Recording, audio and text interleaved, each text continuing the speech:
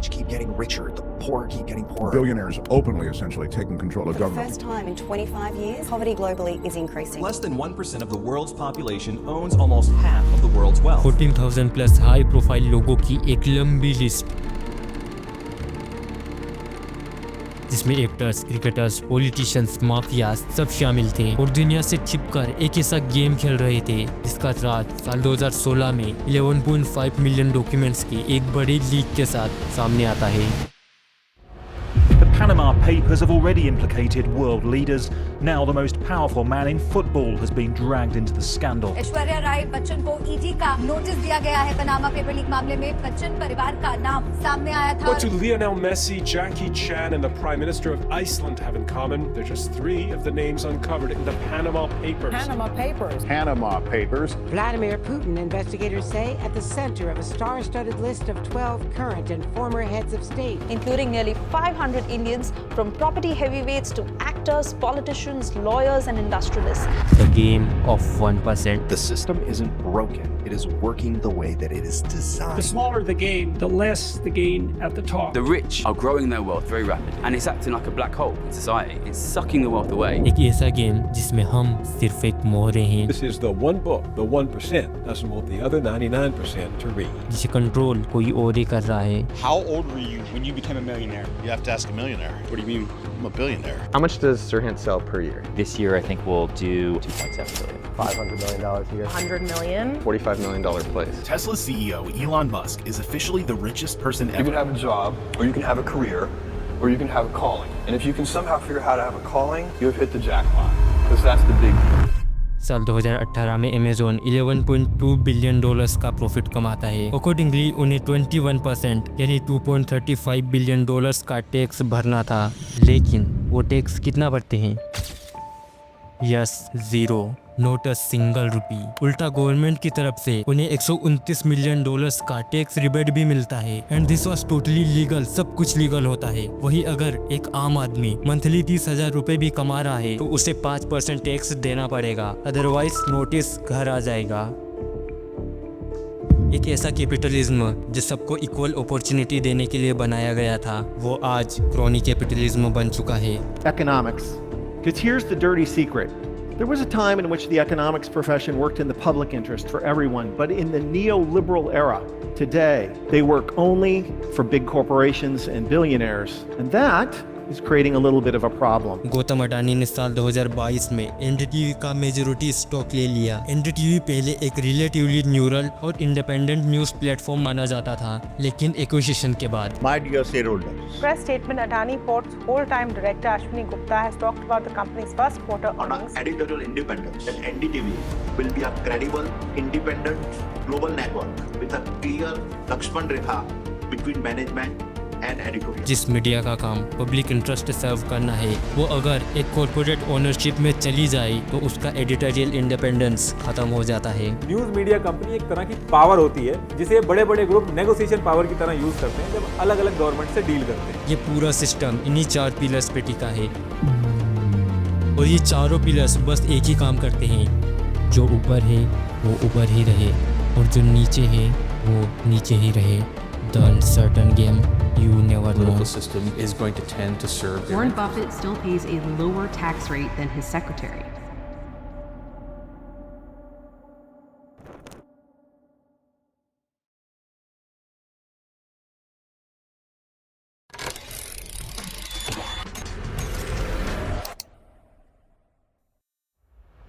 ये है साल 2024 का ग्लोबल वेल्थ पिरामिड, जिसमें हम सबको पुअर क्लास से लेकर बिलियनर्स तक 4 अलग अलग टीयर्स में डिवाइड किया गया है, जिसमें पिरामिड के सबसे बॉटम टीयर में आती है वर्ल्ड की 40.7% एडल्ट्स की पॉपुलेशन, जिन्हें पुअर क्लास कहा जाता है। इनके पास वर्ल्ड की टोटल वेल्थ में से सिर्फ 0.6% यानी 2.71 ट्रिलियन डॉलर्स की ही वेल्थ है। इनकी नेटवर्थ $0 से $10,000 तक होती है। पुअर क्लास से थोड़ी ऊपर आती है लोअर मिडिल क्लास टीयर, जिसमें वर्ल्ड की करीब 41.3% पॉपुलेशन करीब 56.82 ट्रिलियन डॉलर्स की टोटल वेल्थ के साथ सरवाइव करती है, जो कि ग्लोबल वेल्थ की करीब 12.1% वेल्थ होती है। और इनकी नेटवर्थ $10,000 से $1,00,000 के बीच होती है। इनसे ऊपर आती है अपर मिडिल क्लास टीयर, जिनकी नेटवर्थ $1 लाख से $1 मिलियन तक होती है। 16.4% एडल्ट या कहे तो 628 मिलियन एडल्ट इस टीयर में आते हैं, जिनके पास ग्लोबल वेल्थ की 39.2% यानी $184.51 ट्रिलियन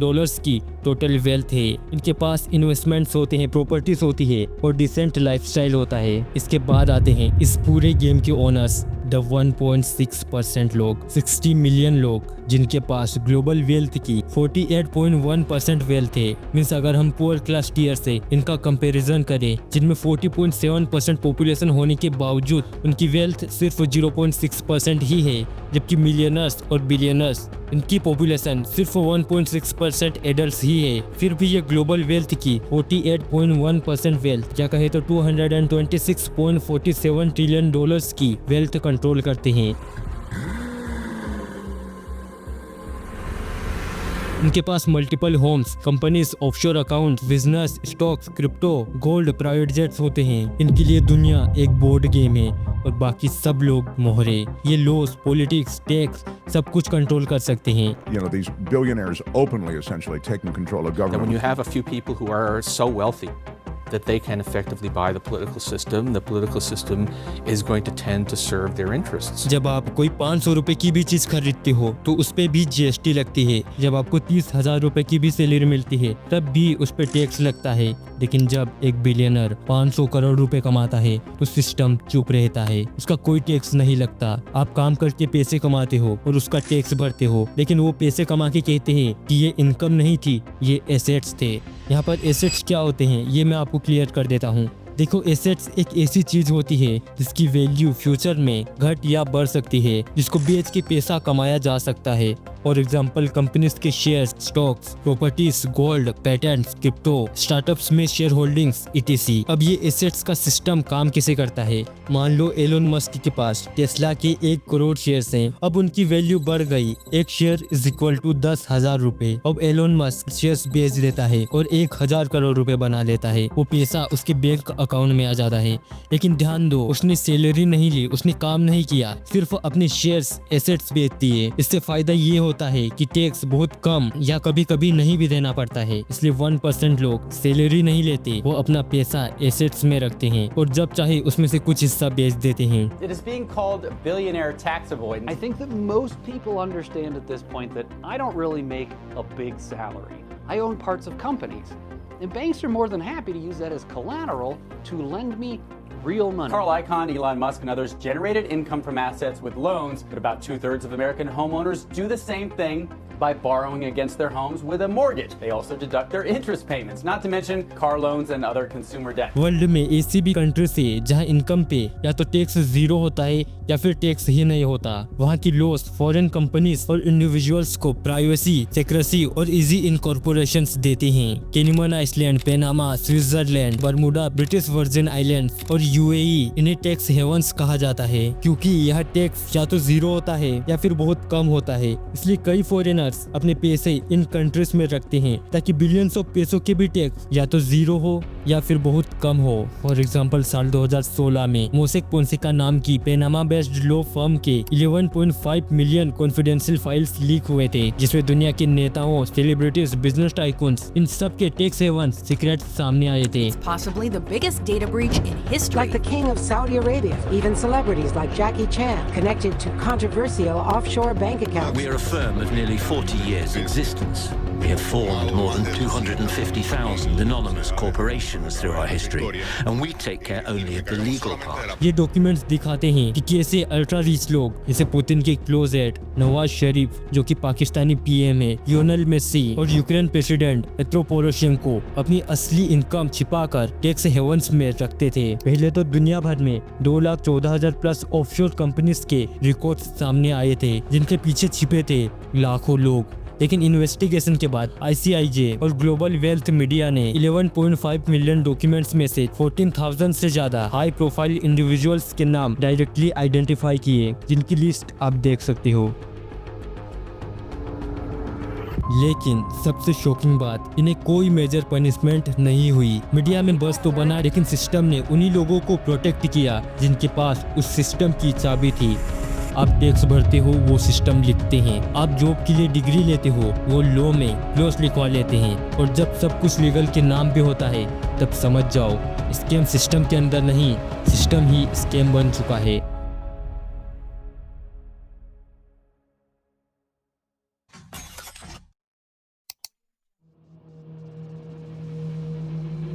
एक फैक्ट्री वर्कर सुबह 7 बजे काम पे जाता है, एक स्टूडेंट 20 लाख का एजुकेशन लोन लेके जॉब ढूंढ रहा है, और एक बिलियनर स्टॉक सेल करता है बिना टैक्स दिए। क्या लगता है ये सब नॉर्मल है और अपने आप हो रहा है? नहीं, बल्कि ये सिस्टम ही ऐसा बनाया गया है। ये पूरा सिस्टम इन्हीं 4 पिलर्स पे टिका है: education system, economic system, political system और सोशल मीडिया सिस्टम। ये सब मिलके एक ही काम करते हैं, स्टेटस को मेंटेन करना। मीन्स जो ऊपर है वो ऊपर ही रहे और जो नीचे है वो नीचे ही रहे। Work hard, do your best, but understand this system is designed for you to lose. And the reason I say that, एक मिडिल क्लास इंसान का लाइफस्टाइल रूटीन पे फोकस होता है। स्कूल से कॉलेज, कॉलेज में एजुकेशन लोन लेना, फिर jobs, EMI, retirement and death. Her step पे फीस भरना, एजुकेशन में टैक्स भरना, सैलरी पे लोन लेना, घर गाड़ी पे, और डिप्रेशन झेलना, जॉब बर्नआउट। ये पूरा लोग इंटेंशनली क्रिएट किया गया था, जिसे कहते हैं depth slavery system. 50 million people worldwide are living in modern slavery. That's bigger than the entire populations of Algeria or Spain. दुनिया की 90% मीडिया, टीवी, न्यूज़पेपर, वेबसाइट सिर्फ 4 से 5 मेगा कॉर्पोरेशंस के पास हैं, और ये कॉर्पोरेशंस बिलियनर्स से डायरेक्टली या इनडायरेक्टली लिंक्ड होते हैं। फॉर एग्जांपल, एशिया के सबसे रिचेस्ट मैन मुकेश अंबानी, जिनके रिलायंस ग्रुप ने ईयर 2014 में नेटवर्क 18 का एक्विजिशन किया, जिसके under news 18, CNBC TV 18, news 18 India Hindi, money control, first post, ETC websites और न्यूज़ चैनल्स आते हैं। साल 2019 से लेकर साल 2024 के बीच में पॉलिटिकल कवरेज काफी बाइस्ड देखा गया टुवर्ड्स रूलिंग पार्टी, क्योंकि गवर्नमेंट के कंट्रोवर्शियल टॉपिक्स जैसे unemployment, crony capitalism, corporate benefits कम कवर होते हैं। रिलायंस के बिजनेस इंटरेस्ट कभी क्वेश्चन नहीं होते, उनकी कंपनी के अगेंस्ट रेयरली कोई नेगेटिव रिपोर्ट सामने आती है। Network 18 successfully overcame. जब मीडिया का मालिक ही एक कॉर्पोरेट बिलियनर हो जिसका गवर्नमेंट से टाई अप हो, तो फिर मीडिया भी उसी डायरेक्शन में काम करता है। जिसे हम फ्री प्रेस समझते हैं, वो असल में एक प्रॉफिट ड्राइवन प्रोपेगेंडा मशीन बन जाती है। संभाल लो और अपनी बात बता दो। गौतम अडानी ने साल 2022 में NDTV का मेजॉरिटी स्टॉक ले लिया। NDTV को पहले एक रिलेटिवली न्यूट्रल और इंडिपेंडेंट न्यूज प्लेटफॉर्म माना जाता था, लेकिन एक्विजिशन के बाद एडिटोरियल टोन में नोटिसेबल चेंजेस देखे गए। अडानी ग्रुप के प्रोजेक्ट्स और कंट्रोवर्सीज लाइक हिंदबर्ग रिपोर्ट पे ज्यादा डीप कवरेज नहीं होती। जिस मीडिया का काम पब्लिक इंटरेस्ट सर्व करना है, वो अगर कॉर्पोरेट ओनरशिप में चली जाए तो उसका एडिटोरियल इंडिपेंडेंस खत्म हो जाता है। हमें लगता है कि मीडिया हमें अलग अलग जगह से न्यूज दे रहा है, पर असल में असली कंट्रोल सिर्फ कुछ बिलियनर्स के हाथ में होता है। ये लोग डिसाइड करते हैं कि क्या छिपाना है, क्या दिखाना है और किस एंगल से दिखाना है। 1800s की ब्रिटिश इंडस्ट्रियल मॉडल से इंस्पायर्ड सिस्टम गोल था obedient worker banana, not free thinker या वेल्थ क्रिएटर। कैसे? रेक्टिफिकेशन सिस्टम से रिस्क टेकिंग डिस्करेज किया जाता है। फाइनेंशियल लिटरेसी, इमोशनल इंटेलिजेंस या क्रिटिकल थिंकिंग नहीं सिखाई जाती। वही high fee coachings and private schools एक बबल क्रिएट करते हैं। ये सिस्टम ज्यादा कंपटीशन जनरेट करता है। सक्सेस की डेफिनेशन सिर्फ वो जॉब बन के रह जाती है। एक अमीर का बच्चा हार्वर्ड जाता है, जबकि एक गरीब के बच्चे का सपना उस एजुकेशन लोन में दब जाता है। 99% लोग सिर्फ नौकरी ढूंढते रह जाते हैं, उस सिस्टम के अंदर ही घूमते रहते हैं, लेकिन बाहर निकलने का कोई रोड मैप नहीं मिलता।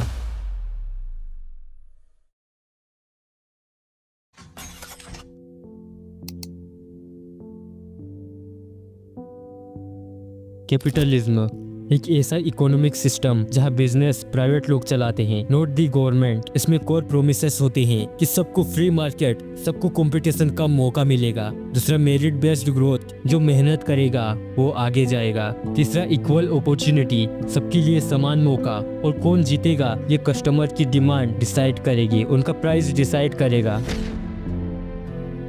जब गवर्नमेंट और कॉर्पोरेट मिलके रूल्स बनाए जो सिर्फ इलीट को फायदा दे तो वो कैपिटलिज्म नहीं होता, वो क्रोनी कैपिटलिज्म हो जाता है। और इसमें काम पूरी तरह से अलग होता है। Like first is political connections. Rich लोग फंड करते हैं इलेक्शंस के लिए, बदले में उनके बिजनेस के फेवर में पॉलिसीज पास होती है। दूसरा मोनोपोली क्रिएशन। बिग कंपनीज छोटी कंपनीज को खरीद लेती है, फिर प्राइस कंट्रोल करती है, कंपटीशन का नाम खत्म। Third is regulatory capture. Institutions जो कॉर्पोरेशंस को कंट्रोल करनी चाहिए लाइक ACBI, FDA, TRAI, उनके अंदर भी उन्हीं कॉर्पोरेशंस के लोग बैठ जाते हैं। And they protect not punish. Capitalism कहता है कि मार्केट सबसे बड़ा जज है, लेकिन क्रोनी कैपिटलिज्म में मार्केट नहीं पैसा जज करता है। इसका सबसे बड़ा प्रूफ 2008 का financial crisis. 2008 was a tumultuous year for the economy. The worst day on Wall Street since the crash of 1987. The Dow traders are standing there watching in amazement. I don't blame them. We're now down 43%. Almost everything there completely wiped out. And the Nasdaq, everything and more has been completely wiped out. American banks ने लोगों को बिना check किए घर की loans देने शुरू किए। इसलिए जो लोग अपनी लो इनकम और खराब क्रेडिट स्कोर के चलते लोन के लिए एलिजिबल नहीं भी थे, वो लोग भी बैंक्स के चक्कर लगाने शुरू कर दिए। देखा जाए तो सही मायनों में उन लोगों को लोन नहीं मिलना चाहिए, लेकिन बैंक्स ने लालच में आकर सभी लोगों को मॉर्गेज पर लोन देना शुरू कर दिया। जब लोग लोन चुकाने में फेल होने लगे तो पूरा सिस्टम ही गिर गया। इससे ये कोलैप्स हुआ कि सबसे बड़ा इन्वेस्टमेंट बैंक लेहमैन ब्रदर्स सितंबर 2008 में बैंकरप्ट हो गया। 2008, Lehman Brothers, the fourth largest investment bank in the world, declared bankruptcy. इसके बाद दुनिया के मार्केट्स में स्प्रेड हो गया, क्रेडिट फ्रीज हो गया और बैंक्स एक दूसरे को भी लोन देने से डरने लगे। यूएस गवर्नमेंट ने फिर $700 बिलियन का टर्म प्लान अनाउंस किया। बड़ी बड़ी कंपनीज जैसे AIG, सिटी बैंक और बैंक ऑफ अमेरिका को सरकार ने रेस्क्यू किया। यूके में भी RBS यानी रॉयल बैंक ऑफ स्कॉटलैंड को 45 बिलियन ब्रिटिश पाउंड यानी करीब 4.7 लाख करोड़ रुपीस का बेल आउट दिया गया, जिसे एक आम आदमी पे इफेक्ट पड़ता है और लाखों लोगों की नौकरी चली जाती है, घर छिन जाते हैं और रिटायरमेंट सेविंग्स डूब जाते हैं। लेकिन बैंक्स के CEOs को फिर भी बोनसेस मिलते हैं। कोई बड़ा आदमी जेल नहीं गया, सब बच गए। जब प्रॉफिट होता है तो बैंक्स बोलते हैं कि मार्केट फ्री है, और जब लॉस होता है तो बोलते हैं कि गवर्नमेंट हेल्प करे, यानी रिस्क सिर्फ आम आदमी उठाए और रिवॉर्ड रिच क्लास ले जाए। साल 2018 में अमेज़न ने $11.2 बिलियन का प्रॉफिट कमाया, लेकिन उसने इनकम टैक्स ₹0 दिया, बल्कि उल्टा उन्हें $129 मिलियन का टैक्स रिबेट भी मिलता है। ये कैसे पॉसिबल हुआ?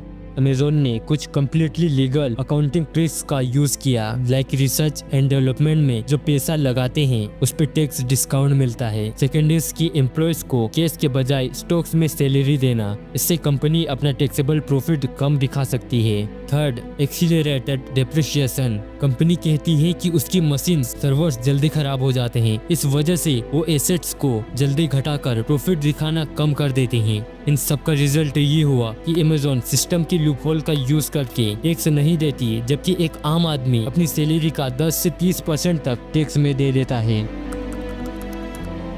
तुम पैसा कमाते हो और सिस्टम इंश्योर करता है कि तुम सब कुछ वापस दे दो। IPhone, shoes, fashion trend. हमें लगता है कि ये फ्रीडम है, लेकिन रियलिटी ये है कि ये सिर्फ एक ट्रैप है। तुम जॉब करते हो ताकि चीजें खरीद सको, तुम्हारा पैसा साइकिल होता है तुम्हारे पास से 1% के पास, विथ लूप, वर्क, बाय, पे एंड रिपीट।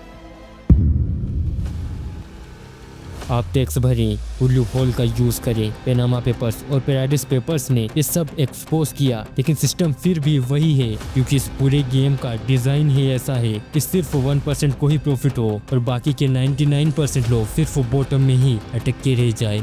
लेकिन अब सवाल ये है कि क्या लोग कभी इस गेम को समझ पाएंगे और इस ट्रैप से, इस 9 to 5 से, इस एजुकेशन सिस्टम से कभी बाहर निकल पाएंगे?